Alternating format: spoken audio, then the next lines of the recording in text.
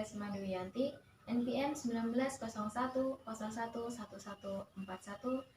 dari jurusan Pendidikan Agama Islam kelas PAIC semester 4. Mata kuliah Fikih Munakahat. Di sini saya akan mengulas kembali materi yang sudah dibahas sebelumnya dari materi 1 sampai materi yang ke-7.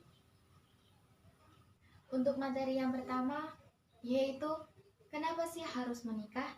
Pernikahan adalah bersatunya dua insan yang berbeda antara laki-laki dan perempuan yang mempunyai ikatan sebuah perjanjian atau akad. Pernikahan berasal dari kata nikah yang secara etimologi berarti mengumpulkan atau mempersatukan satu sama lain. Tujuan dari pernikahan itu sendiri yaitu sebagai ibadah dan mendekatkan diri kepada Allah. Nikah juga dalam rangka taat kepada Allah dan Rasul-Nya. Materi yang selanjutnya yaitu konsep peminangan dan kafa'ah dalam Islam. Khitbah adalah menampakkan keinginan menikah terhadap seorang perempuan tertentu dengan memberitahu perempuan yang dimaksud atau keluarganya. Tata cara peminangan yang pertama dengan melihat calon wanita atau calon perempuannya. Melihat yang dimaksudkan ialah melihat diri wanita yang ingin dinikahi dengan tetap berpanutan pada aturan syar'i. Yang kedua, tidak melamar perempuan yang sedang dilamar oleh orang lain. Yang ketiga, merahasiakan pelamarannya. Yang keempat, perempuan yang sudah dilamar terbebas dari segala pencegah dari sebuah pernikahan. Yang kelima, perempuan melamar lelaki tidak dilarang. Kafa'ah atau kufu artinya serupa, seimbang, dan serasi.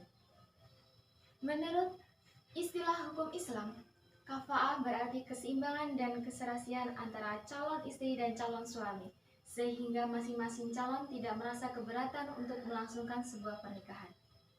Hukum Islam dalam permasalahan kafa'ah ini terdapat perbedaan pendapat di kalangan ulama.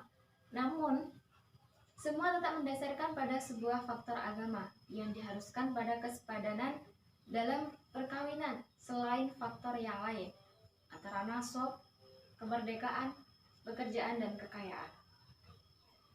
Untuk materi yang selanjutnya yaitu syarat dan rukun pernikahan. Rukun pernikahan yang pertama, suami, istri, wali, dua orang saksi, dan sihot atau ijab dan qabul. Yang selanjutnya yaitu syarat-syarat pernikahan. Yang pertama syarat suami yaitu tidak dalam keadaan ihram haji. Yang kedua menikah dalam kehendak sendiri.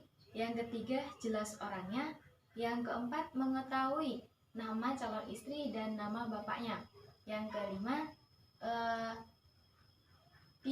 bukan mahram si perempuan. Yang selanjutnya yaitu syarat istri. Yang pertama tidak dalam keadaan ihram haji, yang kedua jelas orangnya, yang ketiga menikah dalam kehendak sendiri, yang keempat bukan mahram si laki-laki. Yang selanjutnya yaitu syarat untuk wali. Yang pertama laki-laki, yang kedua sudah baligh, yang ketiga mempunyai akal, yang keempat Islam, yang kelima tidak adanya paksaan, yang keenam tidak dalam keadaan ihram haji. Yang selanjutnya yaitu syarat untuk menjadi saksi. Yang pertama laki-laki, yang kedua sudah baligh, yang ketiga memiliki akal sehat, yang keempat tidak adanya paksaan, yang kelima pendengaran dan penglihatan masih berfungsi dengan baik, yang kelima tidak dalam keadaan ihram haji, yang terakhir yaitu mengerti digunakan untuk sebuah pernikahan. Untuk syarat yang terakhir, syarat zihot yang pertama, ijab dan qabul tidak dipisah oleh pemisah yang lama, tidak digantungkan, dan tidak dibatasi oleh waktu. Yang kedua, menggunakan kata-kata yang jelas. Untuk materi yang selanjutnya yaitu akad nikah dalam Islam. Yang pertama, pengertian akad nikah.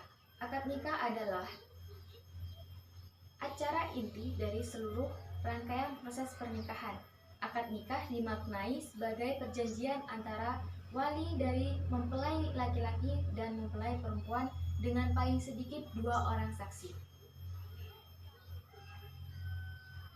Tata cara pernikahan Islami yang pertama tidak ada pelanggaran agama, yang kedua harus ada wali, yang ketiga harus ada mahar, yang keempat harus ada 2 orang saksi, dan yang terakhir menyelenggarakan resepsi atau walimah. Untuk materi yang selanjutnya yaitu wali dan saksi dalam pernikahan. Wali adalah orang yang menikahkan anak perempuannya dengan seorang laki-laki yang menjadi pilihannya. Pengertian saksi, saksi nikah adalah orang yang menyaksikan secara langsung akad pernikahan, yang berfungsi untuk memberitahukan kepada masyarakat luas akan perihal pernikahan tersebut, agar tidak timbul fitnah. Pernikahan tidak akan sah kecuali dengan hadirnya yang pertama wali dari pihak perempuan atau walinya, yang kedua 2 orang saksi yang adil, muslim, merdeka, mukallaf, dan laki-laki.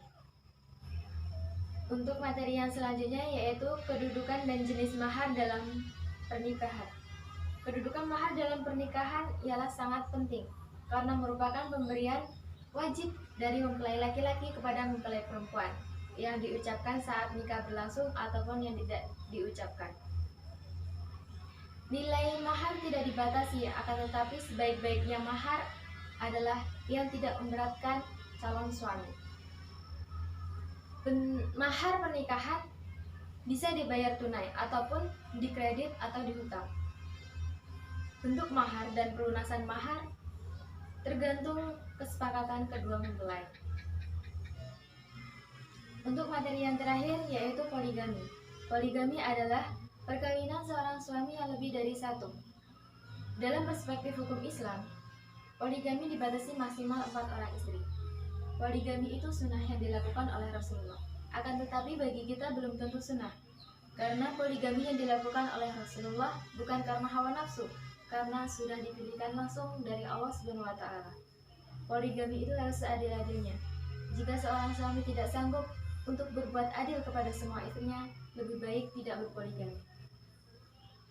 Itulah yang dapat saya sampaikan. Kurang dan lebihnya saya mohon maaf.